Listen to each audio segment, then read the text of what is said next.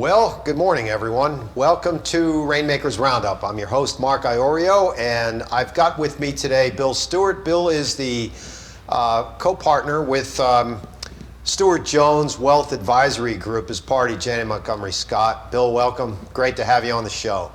Mark, thanks for having us. We're really excited to be here. Oh, man, it's my pleasure, believe me. Especially, Bill, during this time, I mean, with this pandemic, and the way people invest, it's so important to have an expert like you on the phone here or on camera to talk about, the things that need to be talked about with regard to investing and financial planning and wealth management. It's so critical, especially during a crisis like this. Trying to stay in touch with everybody is really important to put context and perspective around it. In any situation like this, we were integrally involved in it in the Great Recession, and we are now. And there are dips all the time. So Yep. we need to communicate with people. Yep. So, Bill, tell us a little bit about your background and why, and where you found the passion to get into wealth management advisory, and and a little bit about Stewart Jones and sort of I don't want to get into the differences between Stewart Jones and other wealth management companies just yet, but tell us a little bit about your background and why you got into wealth management. Well, one of the things that, first of all, my grandfather and father were kind of integral to that process. We've kind of been stepping between different careers. My grandfather was a businessman. He was CEO of a Fortune 500 company, which because of that, my dad decided to become a physician instead of compete with him in business. And he was a chief of orthopedics at a hospital down here in the Philadelphia area. And because he was in medicine, I decided to get into business. So I've been kind of alternating along the way. Yeah. But one of the things that I saw in both of them is that they had tremendously successful careers individually in what they had done. But when they got into retiring or into the next season of their life, they hadn't planned it as well as they could have. That's not to say they didn't have successful retirements, but I think both of them would acknowledge that they didn't really knock the ball out of the park in that regard. We want to be able to. I thought that it would be worthwhile to try and figure out how to help people, be able to jump out of bed, if you will, in the morning in the next season of their life after they get through their, whatever their career is. Mm-hmm. Yeah, I mean that's interesting. It's always really if you go into it with that kind of an attitude where you're trying to help people rather than the other way around, I think there's an importance there that people have to understand. You're there to try to help them navigate that next phase of their lives, the next jumping off point of their lives, and planning is so critical to that. And so the next kind of segue into that, Bill, is what makes Stewart Jones so different, Stewart Jones Wealth Advisory so different than some of these other firms out there that are trying to do the same thing, but they're just not succeeding.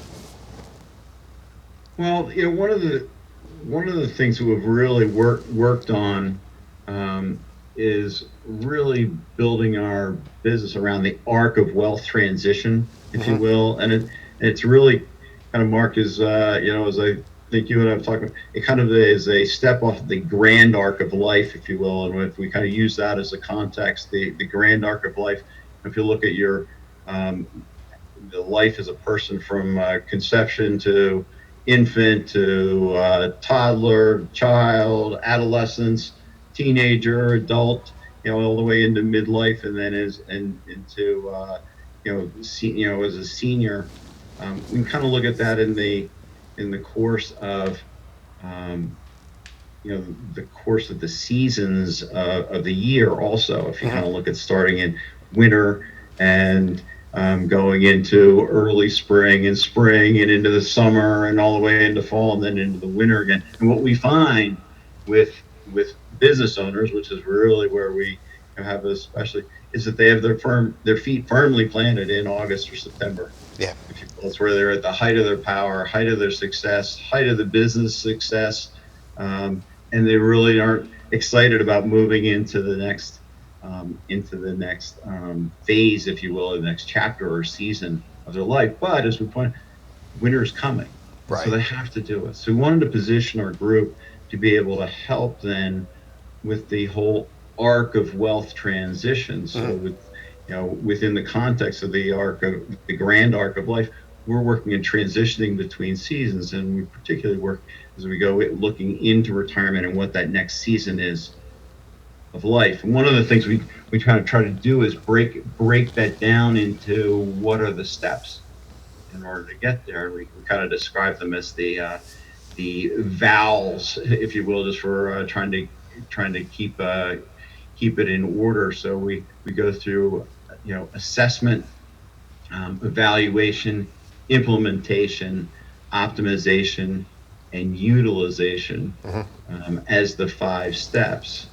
And so the first step in the assessment, we really get involved in trying to understand and work with people to figure out where they are, where they are currently, emotionally, where they are financially. Interestingly, we're trying to engage, not just the owner, but a spouse Right. in that discussion. Yep. Sometimes family members. It's also often an interesting discussion between one spouse thinking they're going one way and the other thinking they're going the other way. It's important in the process of assessing where they might want to be going. Then we get into the evaluation piece of the puzzle, and we get into looking at developing a comprehensive personal financial plan on one side, which is critical, and then also look at developing a business succession strategy on the other side. Wow. And the business succession strategy could be anywhere from looking at an employee stock ownership plan to an outright sale. It might be a minority recap or a majority recap. So we bring M&A people in to talk, bankers to talk about it.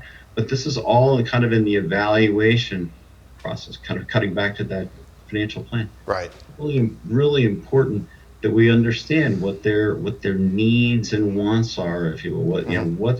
How much income do they need? Business owners particularly get into, because of the nature of a privately held business, they often don't understand exactly what their income needs are. And once the business is gone, all they have left is what's there. So they don't get to do a redo. We then go to that third step, implementation. That's often a step that is, even if people kind of get through the first couple steps, they sometimes don't get to actually implementing the plan. Sure. So we look at that comprehensive plan. We look at it within the context of all the pieces of the puzzle. So, for example, we look at the investment, their investment portfolio. If we've determined in a financial plan that they only need 4.75% in order to have a successful plan to age 90 or 95, we can typically tamp down some of the risk in the portfolio in order to get there. And it makes sense. And we create an investment policy that aligns with that, with the financial plan and then with the investment portfolio. And at the same time, we're engaging that business succession strategy that we've kind of decided is the right way to go. If we think it's an employee stock ownership plan, we're putting that in place. So we're creating a liquidity mechanism for them on the business. Right. Then we get into optimization, which is really critical in kind of, as you and I were just talking about, in looking at that next season of life. So we can kind of take those first 3 steps and say, okay, well, let's look at our area of expertise. Look at what I'm good at. Look at what I'm really passionate about. And let's figure out how we kind of get there. I would contend, again, falling back to my dad and my grandfather. In both cases, they stepped far enough outside of their areas of expertise that they didn't really optimize what they could have been doing personally or for society. And so when we go through this optimization period, we kind of look at what are viable alternatives for them that people might be really passionate about doing in the next chapter of their life, and then help them and really encourage them in blueprinting how to get there. Because Yep. one thing to kind of think about it in the back of your mind, and it's a lot different to actually put it on paper and create a way to get there. And then the last step is utilization. We take all those pieces of the puzzle, and we get into working on transitioning generation 1 to generation 2, Sure. and looking at family legacy. Yep. And a lot of people say that they're not, legacy isn't critically important to them, and that's fine. But the reality is that you and I and everybody else leaves a legacy regardless. Yep. So we might as well have some input into what it is. And we create family mission statements around that. Often we use a donor advised fund or family foundation as really kind of the glue for the family to, build around as they're building out that legacy plan. Yeah, that's pretty interesting. What if you were to say, maybe not just one thing, but when a prospective client comes to you, what is some of the biggest mistakes, I guess, they make, or the things that they've done incorrectly from an investment or wealth management perspective, Bill, before they come to Stewart Jones? In many cases, and it's pretty logical that over time, as we all get older, investment portfolios get bigger, but often there's not a lot of continuity in what the structure is. They'll have a piece here at this firm, another piece over at that firm. They won't be looking at the portfolio in aggregate. They'll be looking at individual pieces of the portfolio. Yeah. And be concerned about how the individual pieces are doing and what they should be doing maybe differently. But they often haven't gone through the exercise of putting together a comprehensive financial plan. They don't even have the blueprint, if you will, to create the right investment structure or optimal investment portfolio structure. And then because it's at different firms, it's tough to pull it all together. Yeah. And it's tough to stay away from kind of looking at the individual pieces. I mean, ironically, if we see this when we're working with institutions, if we build a portfolio correctly and it's properly modeled, almost every quarter, a piece of the portfolio doesn't seem like it's working, and that's by design. We're trying to, by virtue of the diversification, often pieces of it don't look like they're working, but they're fitting into the whole picture. Right. Do you often find that because you're dealing with entrepreneurs, people that sort of started a business and they're type A personalities, they're a little bit more, let's call it aggressive, that they come to you even in their 50s or even early 60s, Bill, and they want to be aggressive. They have a portfolio that is made up of, say, high flyers or tech stocks or equities, and they're still trying to do that because that's the way they think. That's their personality. What sort of when you go through this 5-step process with them, is that a difficult conversation to have oftentimes, where you say, well, listen, you don't need to hit a home run every chance you get. How do you corral folks like that with personalities that want to run, want to be aggressive, yet you're looking at that objectively and saying, oh, wait a second, let's slow down here. Let's put a game plan in place that will get you a 5, 6, 7% yield, rather than a stock that might climb 30% one year and lose 30% the next. You really hit the nail on the head, and we wrestle with that all the time. I think part of the challenge is the media has focused everybody on the S&P 500 as an example, as the appropriate benchmark. And the reality is, it's largely irrelevant within the context of a structured portfolio, right? Because most people they don't need to beat the S&P 500. They need to hit a bogey that will accomplish their income needs and wealth goals over their lifetime. Mm-hmm.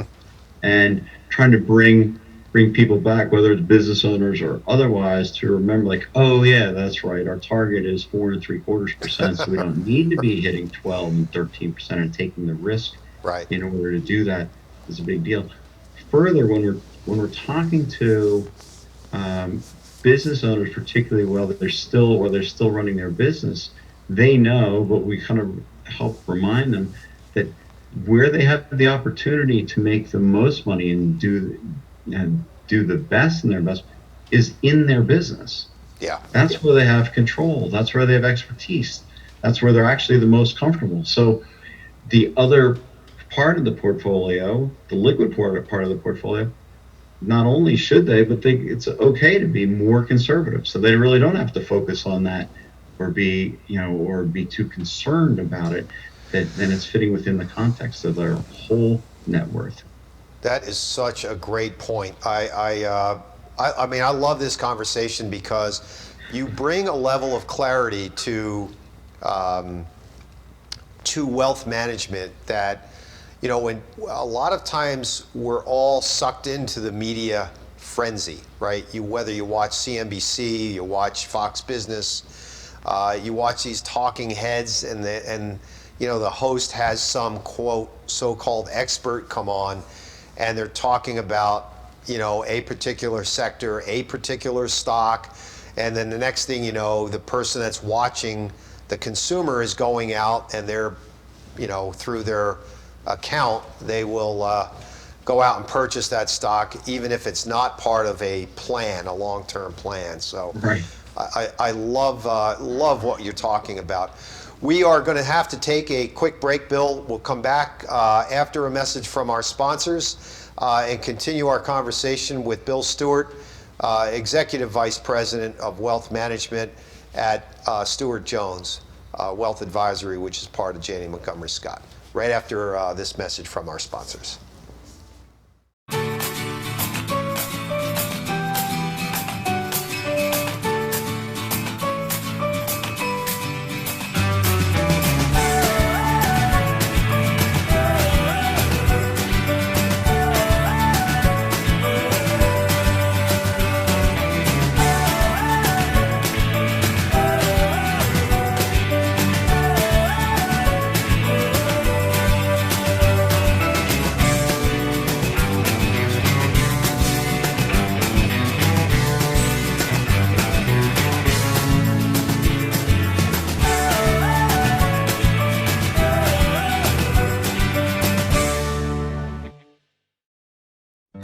I want to be a contender. I want a warm belly to sleep on. A big house. How do I look? Do I look good? I want to play hard. My nails done once a month. I want I want a home. I just want a home. I want someone to love. Last year, more than 30,000 companion animals came to us without homes.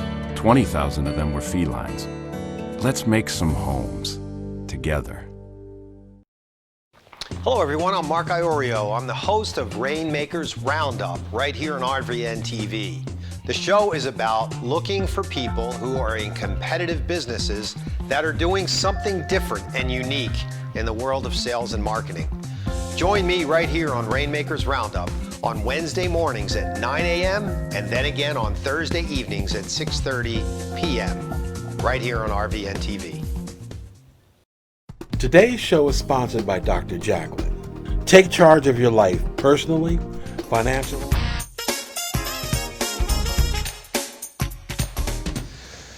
Well, welcome back to Rainmakers Roundup, ladies and gentlemen. I'm your host, Mark Iorio, and I have the pleasure of having as my guest today, Bill Stewart. Bill is the Executive Vice President, Wealth Management at Stewart Jones Wealth Advisory at Janney Montgomery Scott.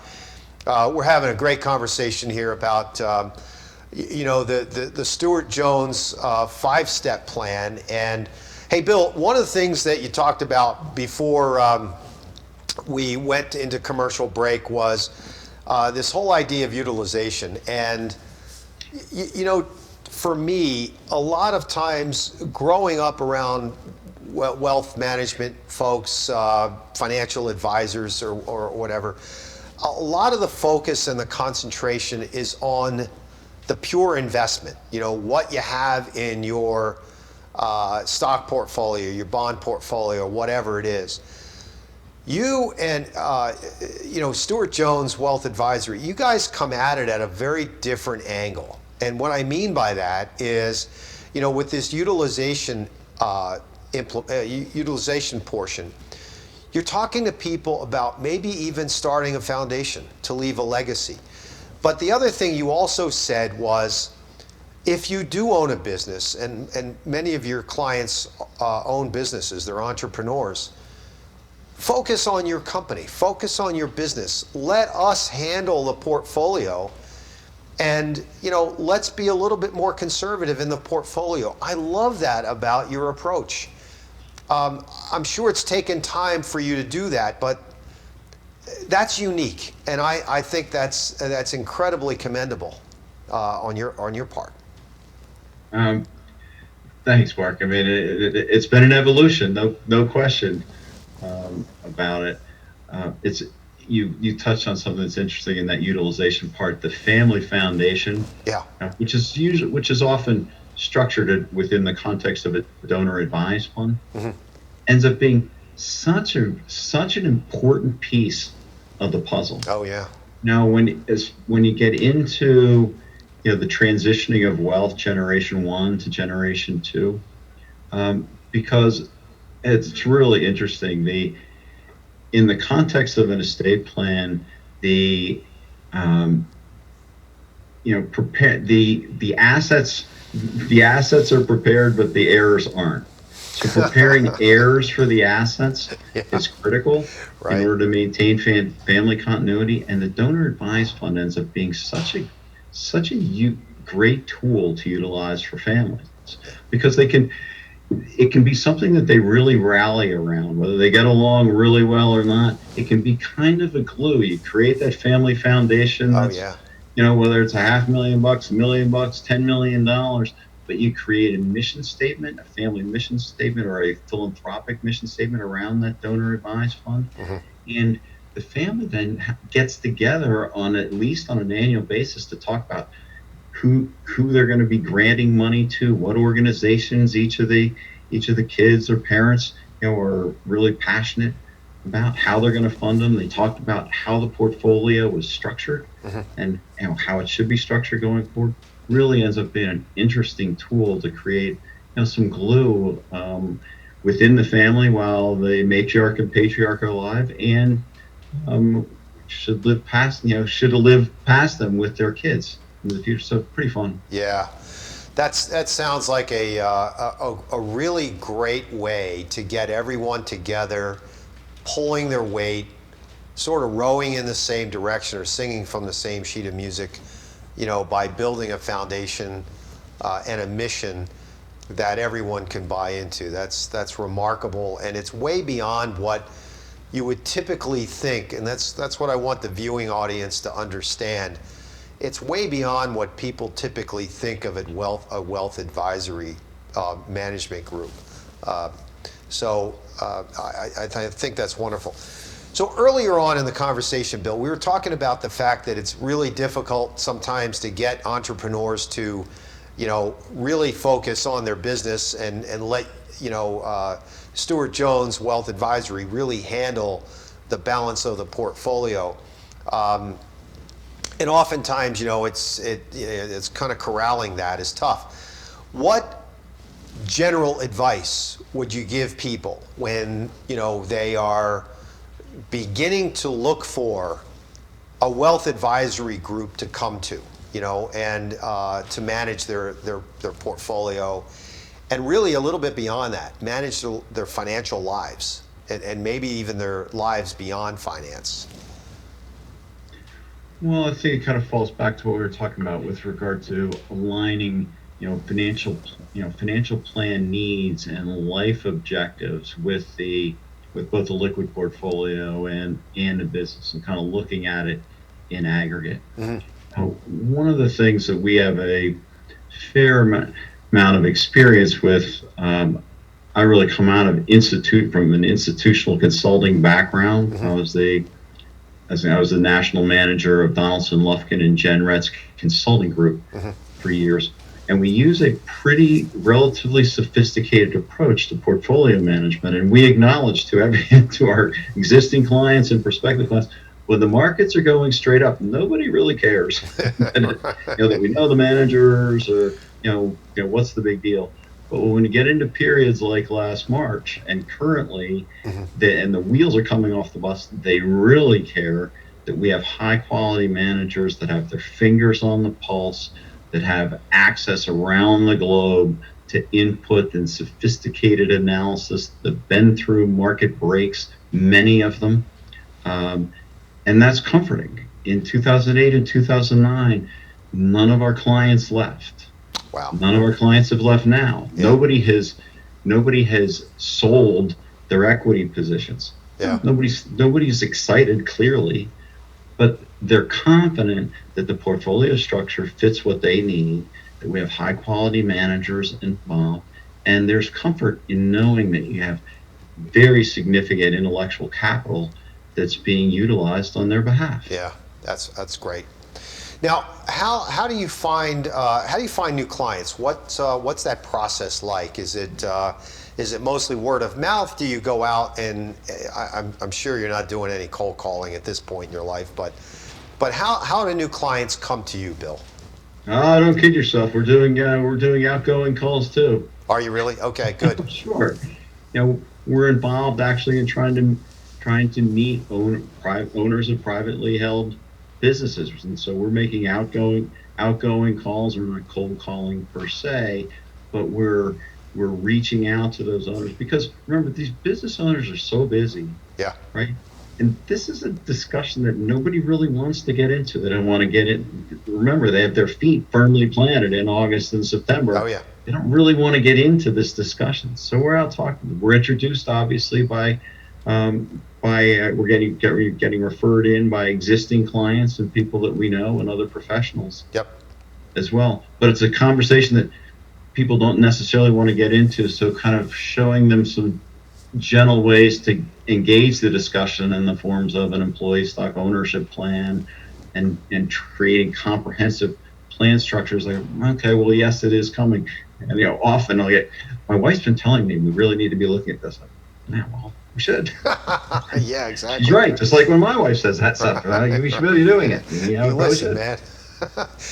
So tell me, I mean, you talk about your dad, you talk about your grandfather, both very successful business folks in your life, and where do you find inspiration, Bill Stewart? Where does that come from? Well, it really comes from helping people. And that's kind of across the board, whether that's in my personal life, in helping people and building rebuilding homes, for example, but doing so especially with our clients too. Yeah. It's integral to what we're doing. I just had a really fun story recently. I had a client. She's been a client for, over 25 years. Mm-hmm. She's 83 years old, and she's a spitfire. She's the greatest. So I called her in late March, to ask how things were going. Mm-hmm. She's up in the New York area. She said, "Oh, they were going great." She was pretty positive. She said, I'm running out of food though. She said, I'm down to my last 8 eggs, and I've got 2 more cans of sardines, and then I'm gonna have to go out and go shopping. And I'm a little bit nervous about that, and because there's been a lot of the COVID-19 around our area. And we had a nice chat, and I wished her luck with that. But then when I got on the phone, I thought, I should talk to, maybe we can solve that problem. So I called my daughter, who was also, was being not allowed to go into work, so she had a little bit of extra time, and I engaged her and my wife in trying to figure out what we could do. And what my daughter executed it, but my wife was involved in trying to, what should we put into effectively a care package. We sent that's great. a 40 or 45 pound box of food up to this client. Wow. This client's really successful. She had lots of, she didn't need the capital, but it was like, she that's was great. nervous, like, wow, this is something that we can help out. It was pretty fun. That's a She great was story. thrilled. I mean, she's still thrilled, but we were grateful to do it. And it was fun to engage my family involved in it too, get them involved in it. That's a cool story. Hey, Bill, thanks so much for being on Rainmakers Roundup with me today right here on RVN TV. It's been an awesome conversation. You're welcome to come back anytime and talk more about wealth advisory and what you do at Stewart Jones. Appreciate your time this morning. Stay safe. We'll see you soon in person, I'm sure. But thanks again for being with us. Mark, look forward to seeing you soon. Thanks very much for inviting me on. It's been a really enjoyable discussion. My pleasure. All right, ladies and gentlemen, that is a wrap for Rainmakers Roundup. We'll see you next week, everyone. Have a safe week. See you then.